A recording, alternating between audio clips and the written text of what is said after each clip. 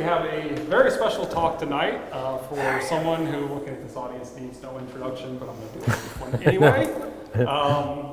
So we're very excited to have Roy Germon with us here tonight to talk about his beautiful exhibition, Ramble to the Sea, which is our inaugural Artist in Residence exhibition. So when we started Cove Street in June of 2019, we thought it would be great. We can build a couple of artist studios. We'll have an artist in residence program. It would have to start with just people we knew locally that didn't have proper studio space, because we are in a light industrial area, and like Indigo Arts Alliance has struggled with, and running with scissors down the street. You can't have an apartment or a place for artists to live here. So we thought, okay, we'll start with some local artists who we know need studios. And then, 9 months later came the pandemic, and it threw absolutely everything into uncertainty, and sort of all our plans went horribly awry, along with our schedule. So who better to turn to than Roy, our awesome Green Hut Gallery manager and Cove Street installation guru, to help navigate that uncertainty and to get things back on track with the residency program. And as you can see from that show, he absolutely knocked it out of the park, and we are absolutely thrilled with the result, and will be forever in his debt for getting this program on track. So a little bit of background on Roy. He grew up in northwestern Connecticut, where the landscape was a constant source of inspiration. He then went to New York City, not so much landscape like Connecticut, but he got his degree in illustration and painting from the School of Visual Art. In addition to his painting practice, Roy has also worked as a freelance illustrator, with his illustration published nationally in magazines, books, and newspapers. Roy then made his way to Portland with his young family, where just a few years later, he still works and resides. Perhaps my favorite thing about this exhibition have been the comments from other artists who come in to see it. The most common refrain has been sort of the masterful and bold mark making that appears to be completely spontaneous, and yet every mark is perfectly in place. And my very favorite comment is one of the artists who we've shown and know very well, a very experienced artist, told me that he usually walks into a gallery, and the work that he admires, he can sort of look at it for a while and reverse engineer it in his head and figure out how the artist did it.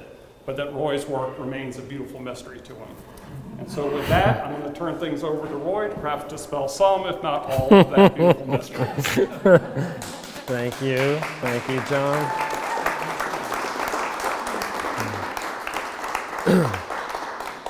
Well, I don't know why you're all here. This is one of those perfect summer nights in Maine, so thank you for at least missing a little bit of that to be here. Let's see.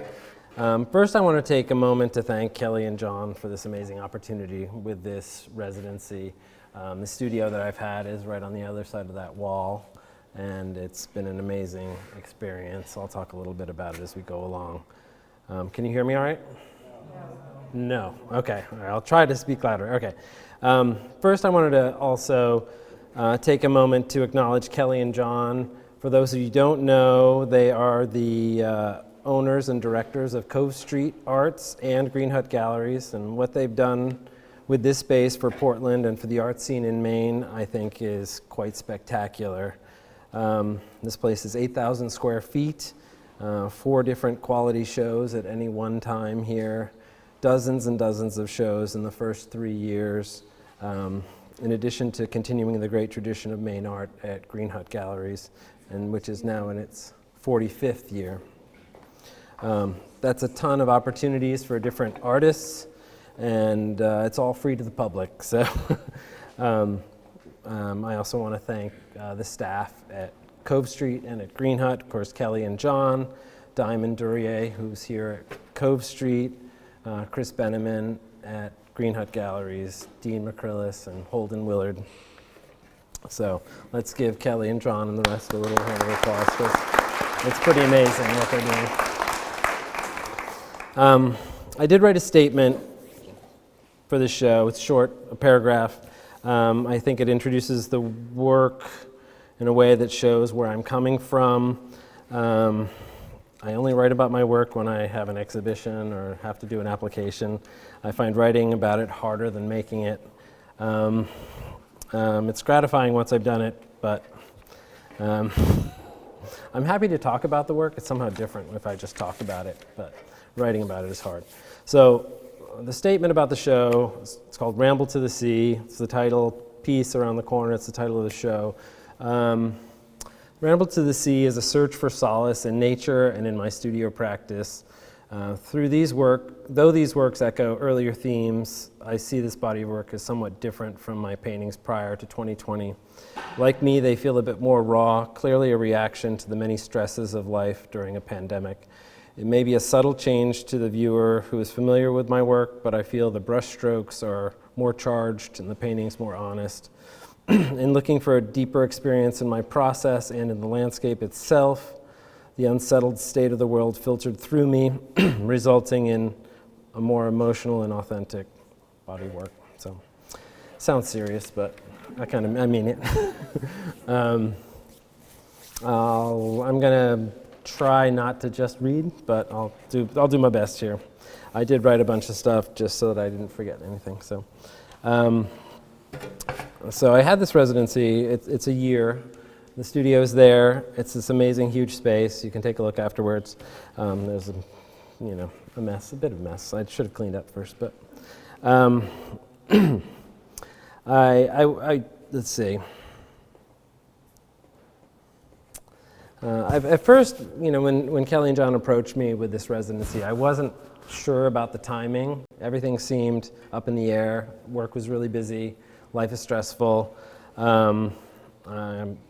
I just felt like maybe I wasn't terribly inspired at that moment, but you get an opportunity and you can't say no to something like that. So you just have to show up and do it. I had been making paintings through COVID, but yeah, I think I needed a little kick to get going. So the residency definitely gave me purpose and a timeline, 1 year. It's a long time, but I didn't want to waste any of it, so I got busy. And I allowed myself some days to just totally do something different and try different materials and play around. I used different tools, paint rollers, brayers, palette knives, squeegees, doing paintings in very limited palettes. Went down a lot of dead ends, but it was really fun. Felt like being back in school, so that was great. I just sort of got to work painting, putting the work aside, assessing it later, and just trying to make as much work as I could. I knew that for this show I would need some relatively larger work to be able to make a decent looking show that was cohesive, and that was something I wasn't doing much of before. 48 by 52 or 48 by 54 in the other side. Yeah, that's pretty big for me. I'd done a few that size before, but I wanted to get comfortable working on that scale, and that's something I'm really glad I was able to work through over the last year. I tried some huge ones that were like, I have some gigantic stretcher bars, and I stretched some canvases, but it didn't work out. It's just changing scale that much and materials. I like to paint on a hard surface. These are all birch plywood panels, and switching to this huge scale. So all the mark making was a different size, and having such a different surface didn't work out for me, but it's good to know. I'll turn those into giant panels and then I'll figure it out. But so let's see.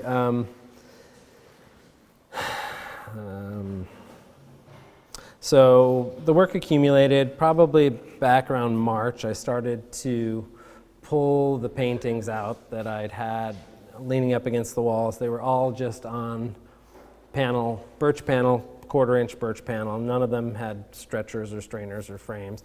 And I pulled them all out here on a Sunday when the gallery was closed and start rearranging them. And it's amazing to have the space to get away from it, to see it in a different context. I mean, my home studio, I was always bringing my paintings upstairs, moving them around the house, trying to find one good wall to hang them on to see what they looked like.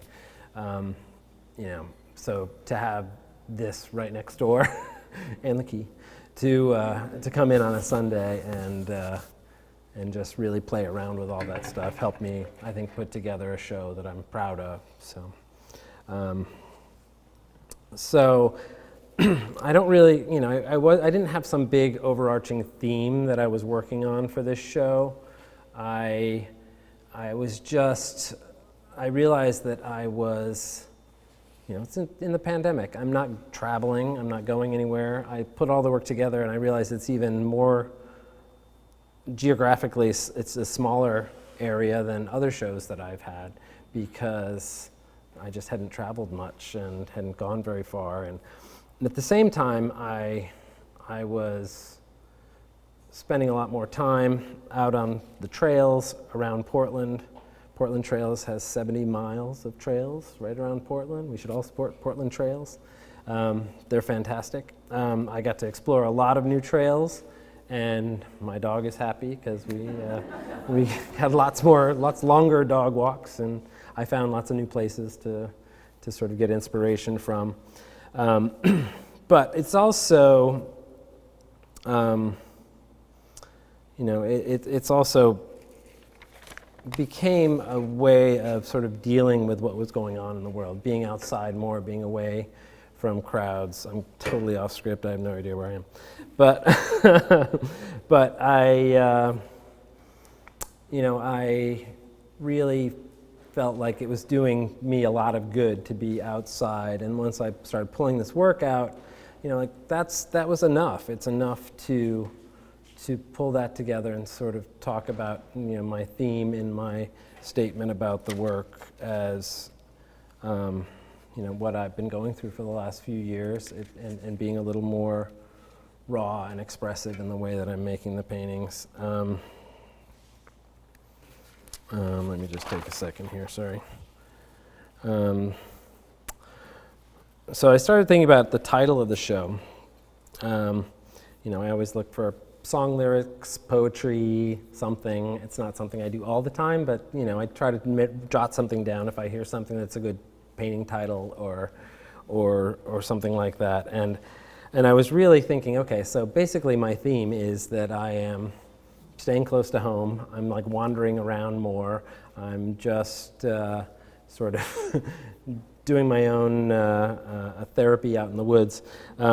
So I came across this Woody Guthrie song that had a line in it that was Ramble to the Sea. He happened to be talking about the Columbia River in Washington State as it made its way to the ocean. But just that short phrase, Ramble to the Sea, sounded like enough and just about right.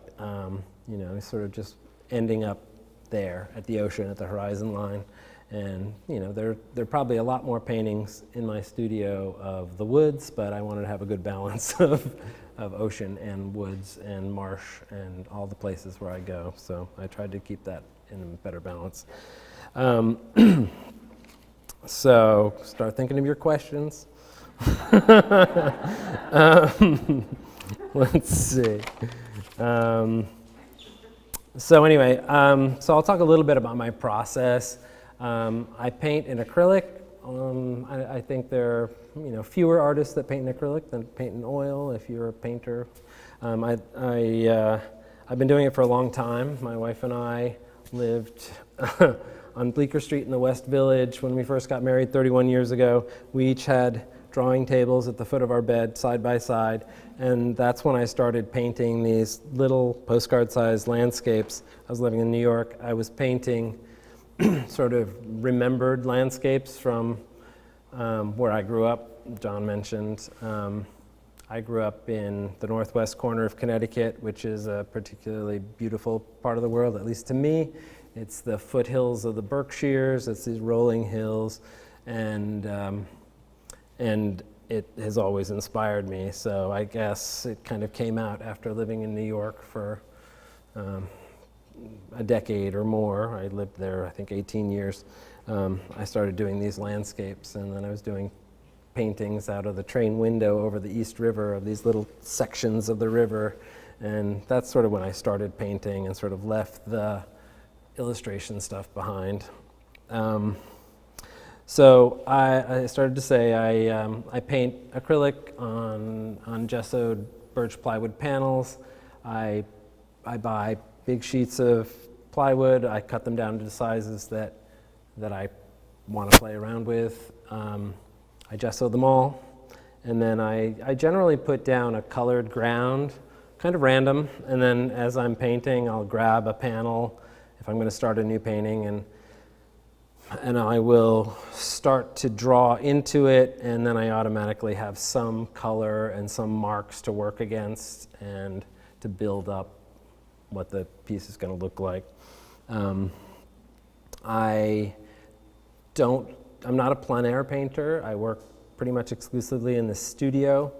I love to have the chance to sketch and draw, but I'm usually moving, and I'm not out. To be a plein air painter, you really have to have a different lifestyle where you can be out in the certain parts of the day where you want to do the painting and what you want to capture. I take a lot of cell phone pictures as note-taking device. I start maybe with a little reference, but it pretty quickly changes over to just me having a dialogue with the first few marks that I make on the panel and trying to work out where it's going to go. I don't have a definite idea when I start a painting how it's going to look exactly. I have a composition usually and some color blocked areas, and then I just try to leave room for things to happen along the way and for it to sort of reveal itself. It's so hokey to talk about it as a dance, but people do, and it is. So let's see. The landscape itself, I've talked a little bit about Connecticut and where I'm from. Living in New York is when I started painting landscape, but it's kind of funny. And then we moved here almost exactly 20 years ago.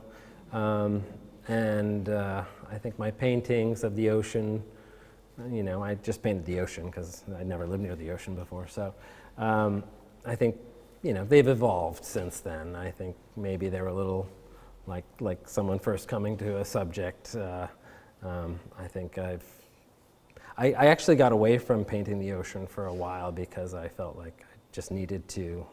And when I came back to it, I feel like I can see it in a different way.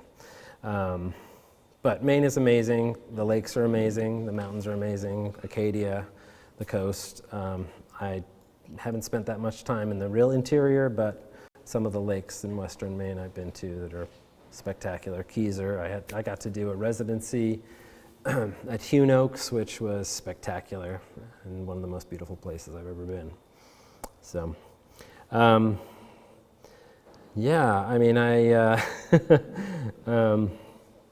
John, ready if you've got any questions, or anybody else. There are so many different artists, I'd have to say. First, that I think early influences as far as artists are, I grew up in Connecticut, that part of Connecticut, which is close to not too far from the Hudson River. And I was pretty aware of the Hudson River school painters, even at a high school age.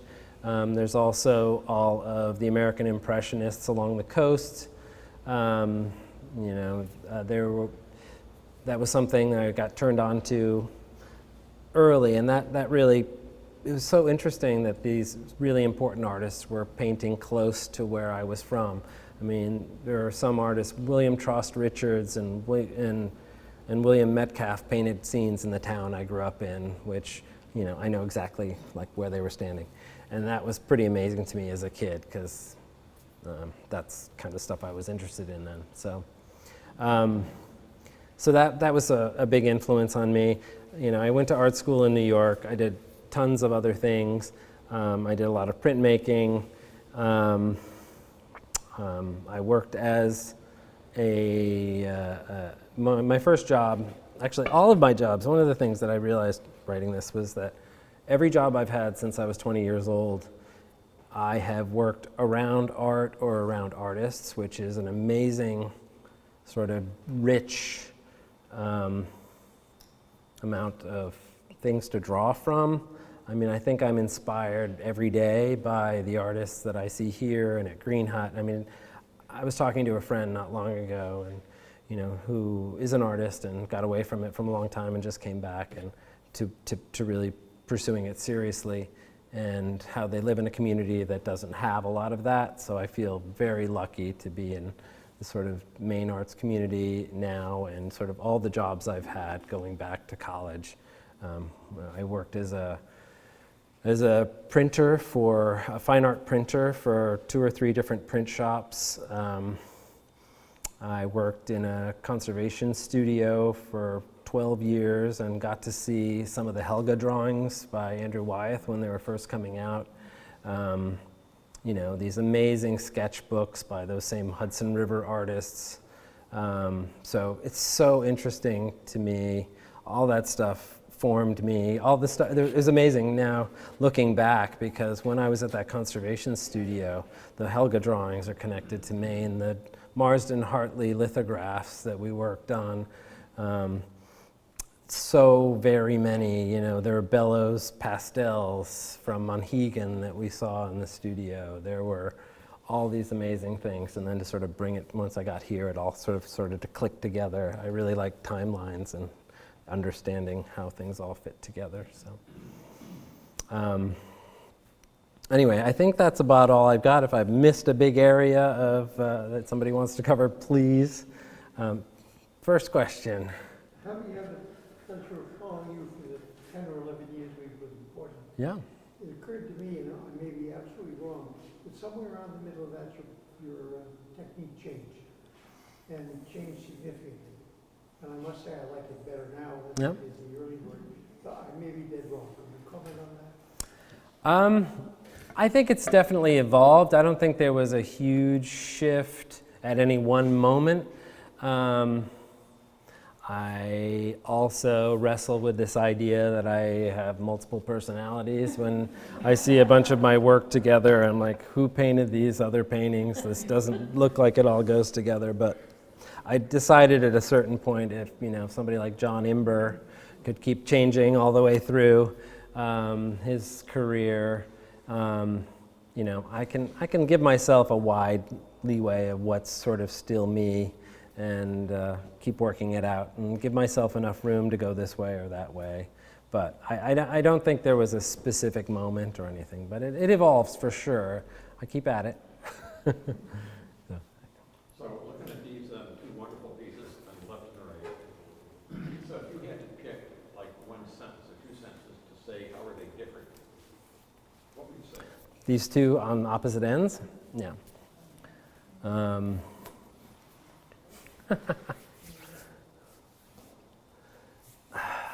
It's interesting. That's this one feels so much more open. This one is different. This one is actually a view from that part of Connecticut where I grew up. I used a friend's house a couple years ago, early pandemic. He had an empty house up there. It was the first time I could really go back to the place where I grew up, not spend all my time with family, and really just paint for a week or so. And it was so interesting to do that, because you always take out your watercolors when you're in high school or try to do this or that, but there's just too many family responsibilities and other things to get to. So it was great to really spend time doing that. This one is from a very quick trip my wife and I took up to Stonington, and turned out to be one of the coldest days of the winter, last winter, and we stayed in this funny little hotel room where this is pretty far across the bay, but it's basically from the window of the place we stayed, and it's dawning, late. The sun rises so late in the winter, but everything was yellow. It was just like crazy yellow, and honestly, I hadn't played around with that much yellow in a painting before, so it was fun to do. And lobster boats, I try not to paint a lot of lobster boats, but I also tried to paint them in a way that I really was good about, you know, I'm happy with how they came out and sort of fit into the landscape. But anyway. Follow up on that though, like the brush strokes seem so different. They seem different. Oh yeah, well, it's, I mean, multiple personalities, different day, different. I feel like, you know, it sort of depends on how a painting starts. Sometimes it's sort of like, yeah, it's sort of a riff. You know, when I start a painting and it sort of goes one way, I keep going that way, and if I start a different way, you know, I want to leave that's the fun part. So I want to leave myself that option. So. So Roy, you talked about raw, how you become more raw in the last couple Yeah. of years. Yeah. Which of those is more raw? Good question. Good question. I mean, I think maybe these two, not those. I mean, I feel like these two were done really quickly. I mean, my worst enemy is overworking a painting. I really am trying to find some life in a painting, and that usually starts with a fair amount of energy and life in a painting when I first put a few marks down and start to block something in. I feel like, oh, it's got some good energy. And then the more, if it goes really smoothly and you know, it all comes together, that's magic. It's rare. But you know, if I can avoid reworking and reworking and reworking, I think that is where, yes. Yeah, because I just want to go on with that, because the sky in this, you just nailed that sky, right? What happens if you overwork it? You wipe it out and you paint over it? And you Yeah, scrape it and start over? that's when it gets dangerous. I would scrape out the whole sky, Scrape it, okay. start over, and it might work or it might not, and then eventually you start over. But yeah. So I have a comment and then a question. Sure. The comment is, it strikes me in so many instances over the years, you're in a position to see so many of us in this kind of graceful receptivity where you're absorbing and absorbing. We're all coming through the door with our stories or our arms full, and you're absorbing artist after artist and personality after personality with a certain, I don't want to embarrass you, but grace. You're graceful with others. Thank you. And I think that there's an inherent, it strikes me, this body of work, a quality of listening, receptivity that's different than I haven't seen. And there's a quiet. And you wouldn't think, you know, everyone's processing the pandemic differently. But I thought about the essential a lot when I was painting during the pandemic. Sure. And I thought about that in your anecdote about when you started out in your little drawing tables and all those years ago, and what was essential then as a painter versus what's essential now. And I wondered if you had any reflection on that. It strikes me you went right out to nature and knew intuitively there'd be peace somehow in that, or catalyst somehow. Well, I had to believe that, you know, I mean, the beginning of all of this, you know, it's like I'm making landscape paintings, what am I contributing? But I do have to believe that is ultimately what I need to do. I have to just keep doing it, and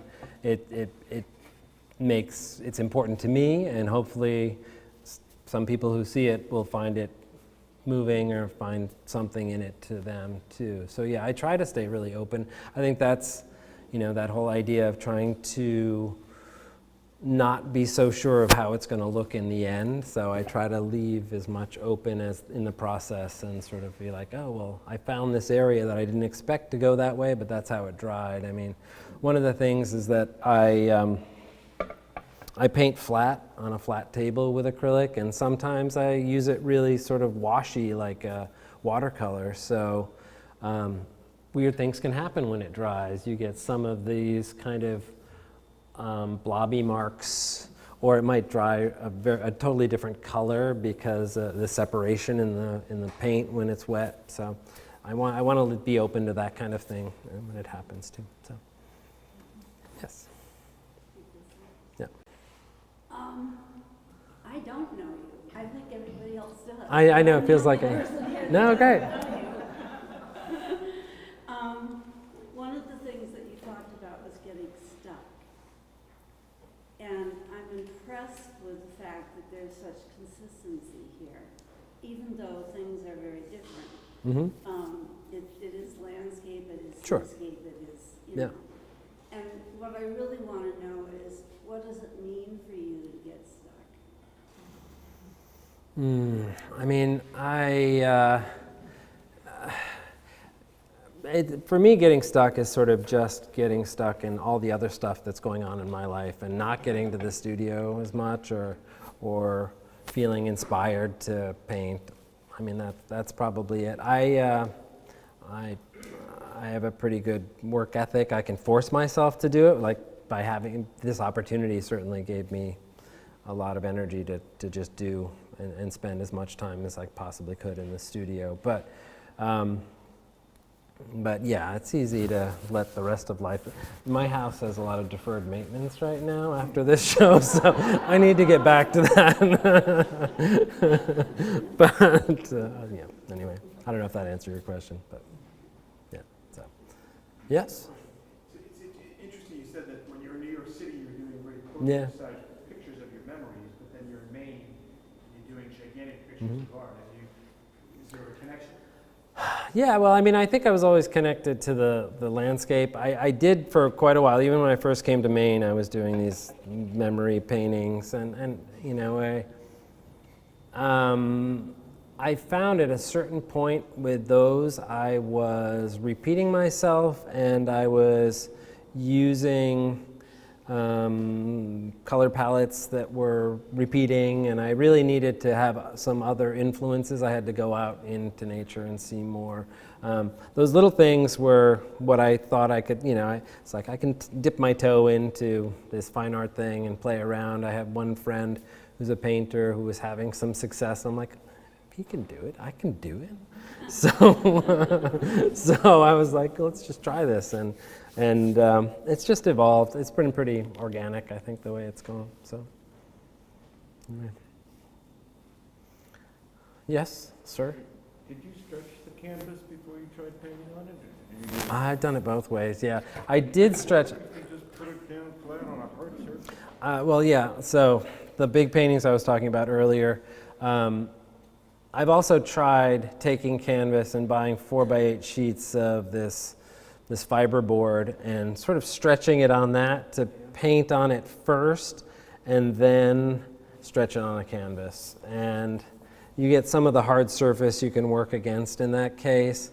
But honestly, it just absorbs the paint so differently, and the canvas texture, along with the fact that it was so much larger.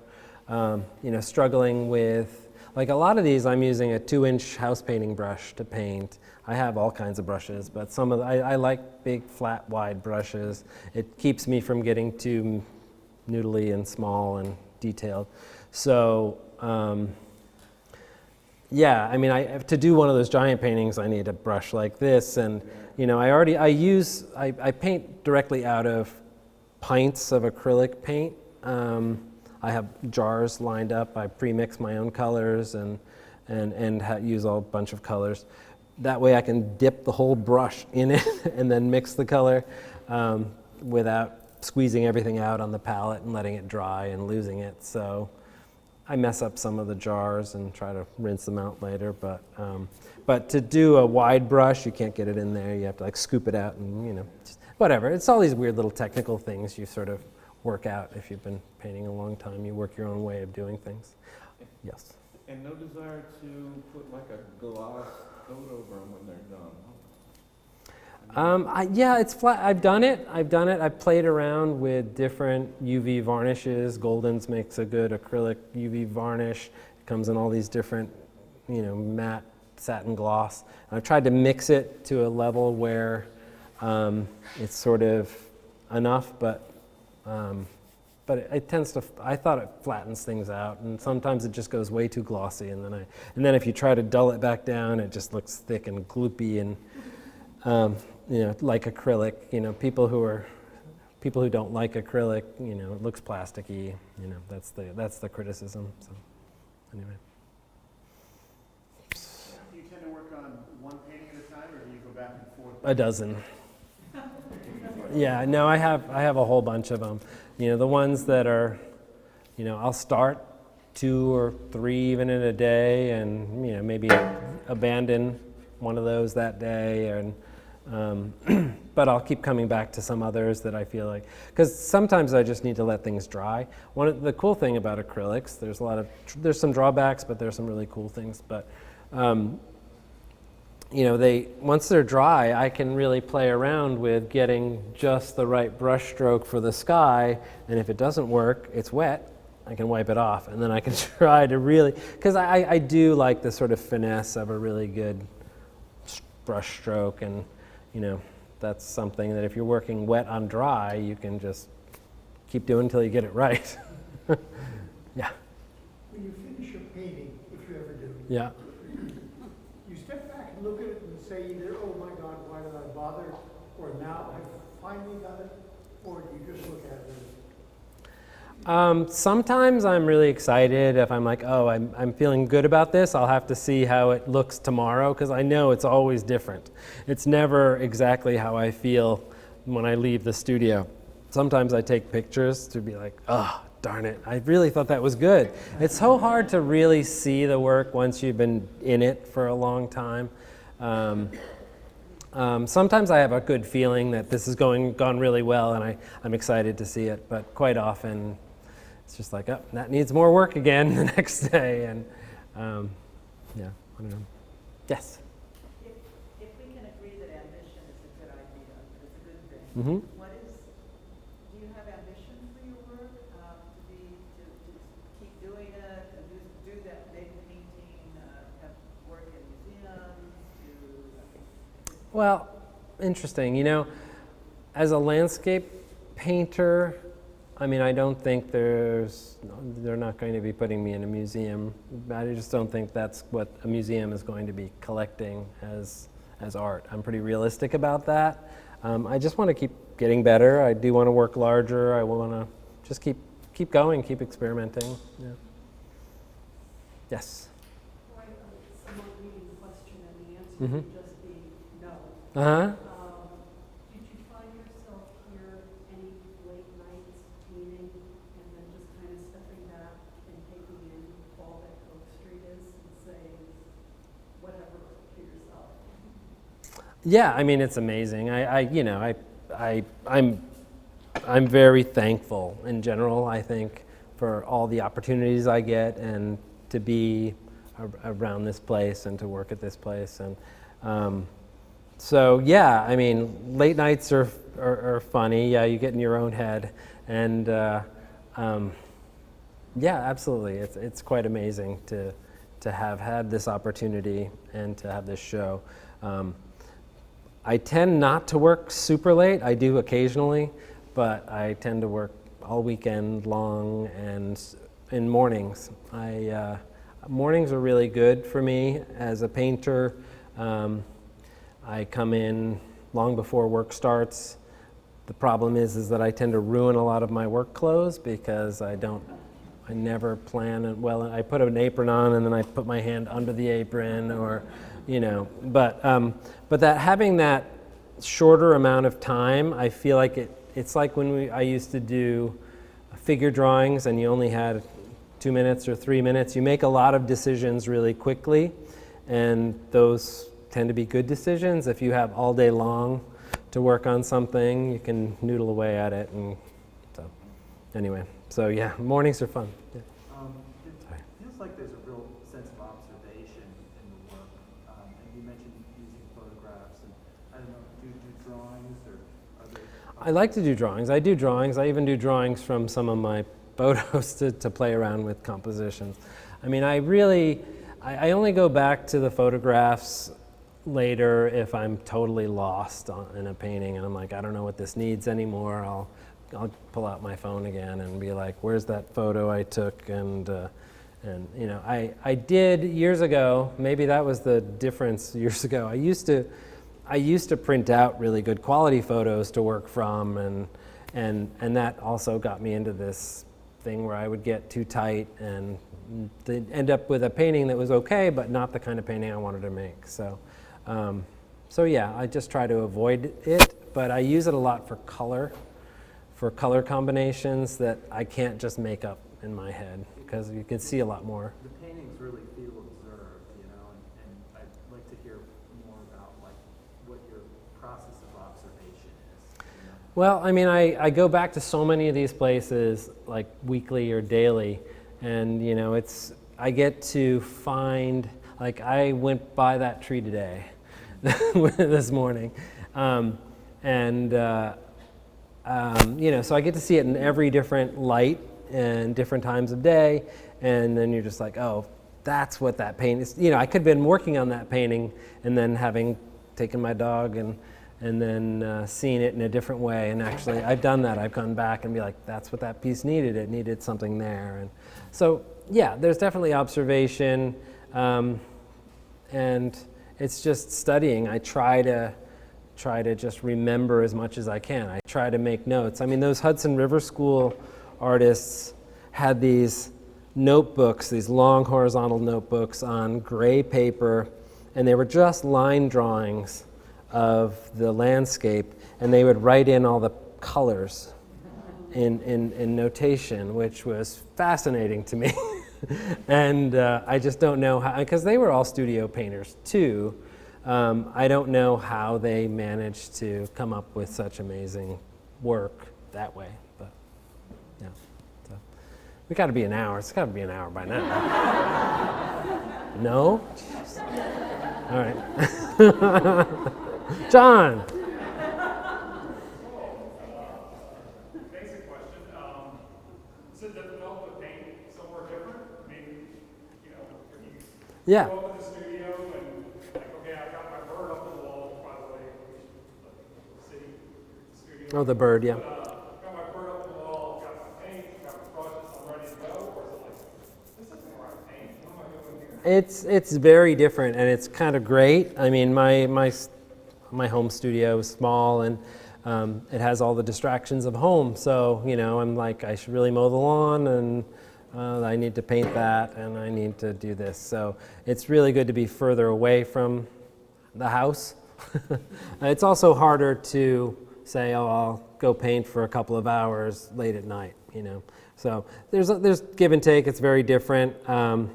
It's great to really have quiet and not hear everything that's going on in the rest of the house, and every space is different. The light's different. I've struggled with the light in my studio and playing around with different combinations. Here it's different.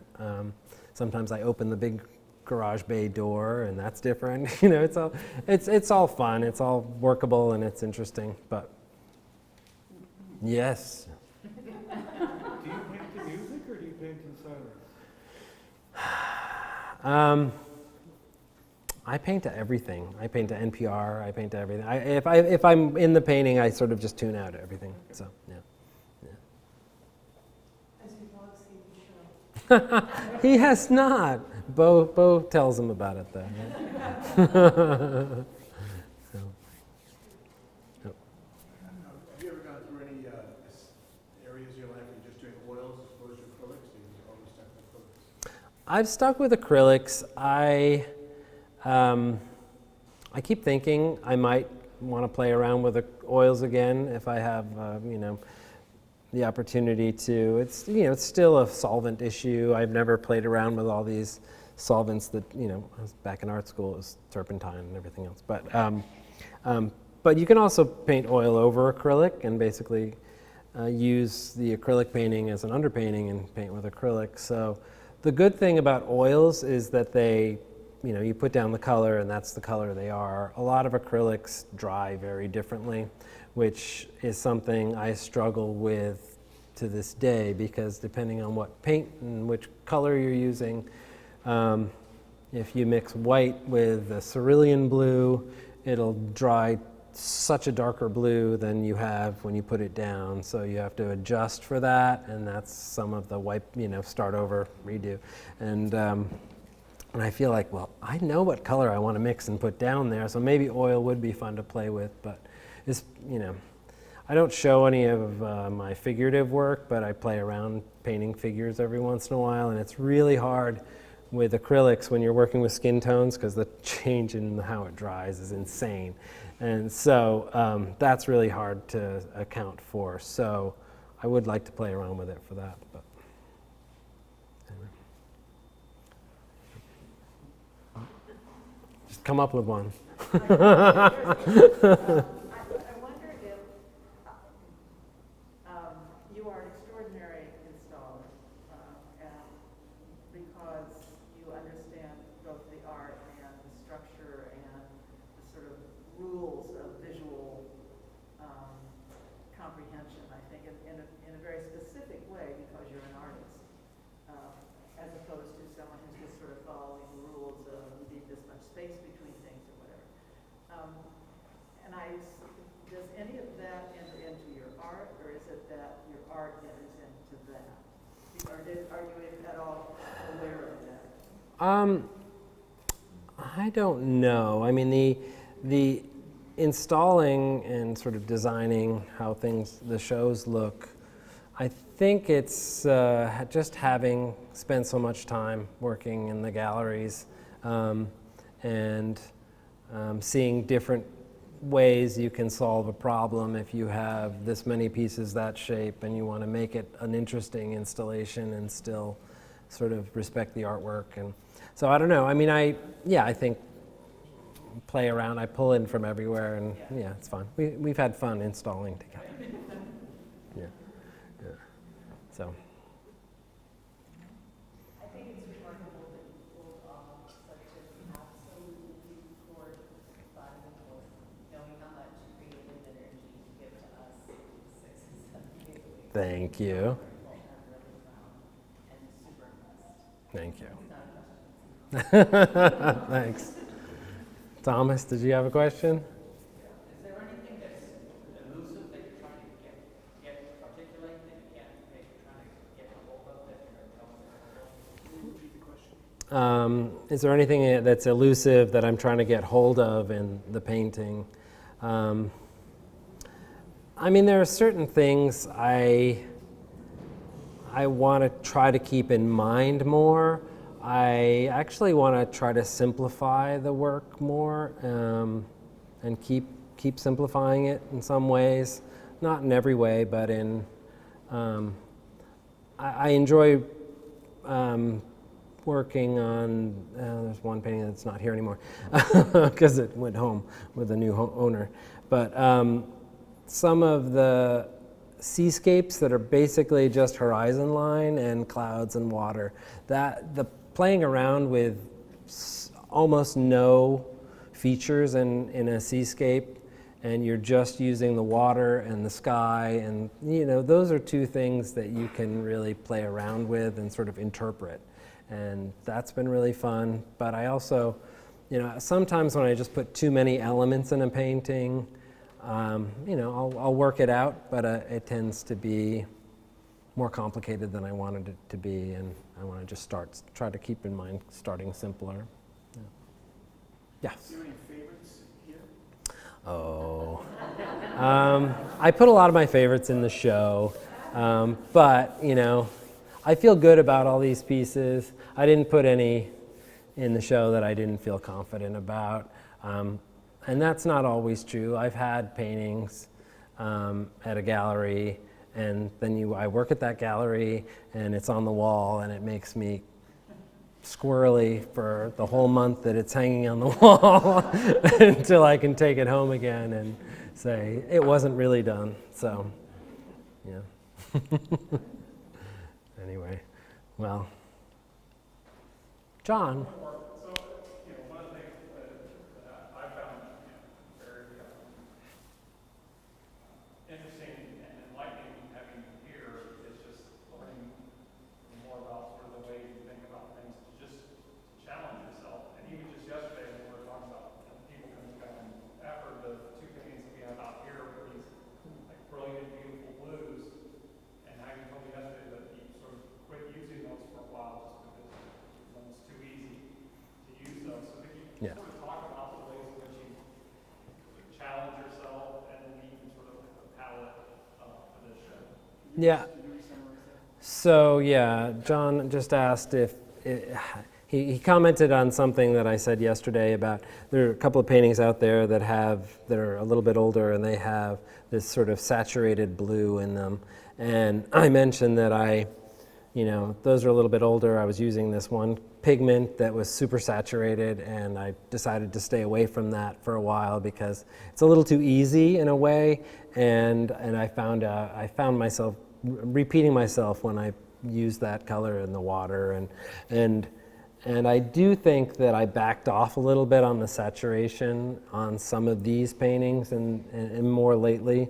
I think when I first started painting in Maine, I was using more saturated colors, and I think I've sort of played around with that. But I do occasionally, if something is too easy, you have to make it harder. Where is this in chronological order of when you've done the others? Like, is it later? That one, I mean, that was,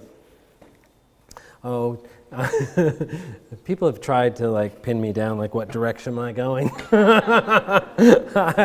I bounce around. That one is a little bit, maybe, you know, a year before some of these other ones.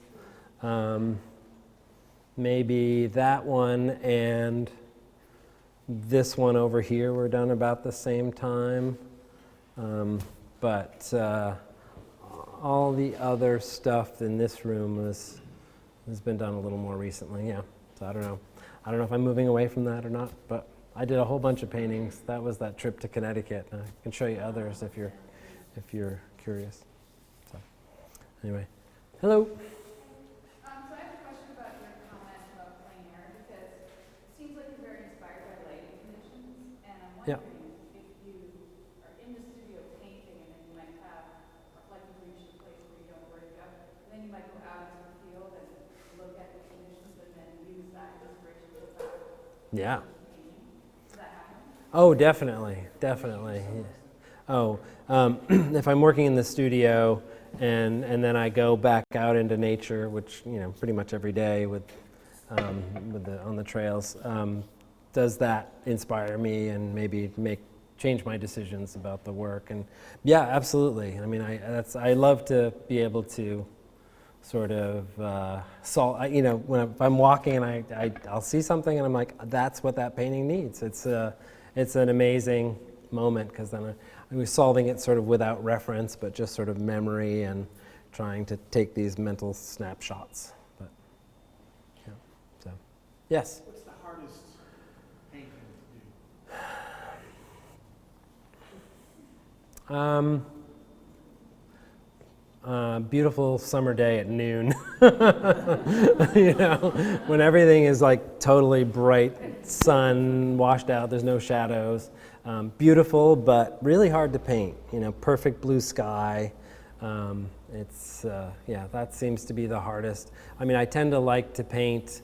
I like winter because, you know, it limits the color palette sometimes. I like winter because when I'm, you know, the light changes. I tend to go out at the same time in the morning every day, and in the winter you get it, you know, when the sun's just coming up, and you get it when, that's when it's much more dramatic. You get a lot more interesting views in early morning and late at night. And in the summer, the days are so long, unless you're, you know, like waiting for the sunset, or you're getting out really early in the morning, you don't get those long shadows or that kind of drama. Cloudy days are cool too. Yeah, because that's different. It also washes things out and more atmosphere. So, good. Hello. I keep looking at this painting and I'm really drawn to it. I wonder if you could talk about how you feel about it, how you felt as you were doing it, because that's a lot of saturation. So this one really felt like an outlier to me, and some do, you know. When I was doing it, this one's pretty thinly painted, and I stopped and I was kind of excited about it. This one probably has more of the ground showing than a lot of the other paintings. Like, this is the color that the panel was primed, and this yellow here. So sometimes when I paint these panels, I'll just take what's on my palette and I'll kind of thin it out with gesso, and I'll have it sort of this mottled yellow over here, orange over there, red over there as a background to start a painting. And the way this worked out, I was like, I just started going with the yellow as the sky turned out interesting, so I just kept going with that. The sky probably wasn't that yellow at that moment, but and some of the colors down here, this sort of pale pink, sort of still, it all worked, and this one happened really fast. I think there's some things about this that feel a little like a watercolor in a way, like I started to say about these purples in here. That's just like big wet brush and acrylic, flat, sort of a big wash of an area, and the way it dried, I think, adds an interesting layer of texture. But, it's one of those wonderful spots too, it's all pine needles on the ground, and this time of year when everything heats up, you can smell the pine needles, and I absolutely love that. That's another little piece of it. And yeah, so that one felt like a little bit of an outlier, and I kind of pulled that one in when I was doing the show toward the end. I was like, it needs something else in this group to sort of balance it out a little bit, and a bigger interior forest felt good. Time is moving really slowly. Woo! Thank you.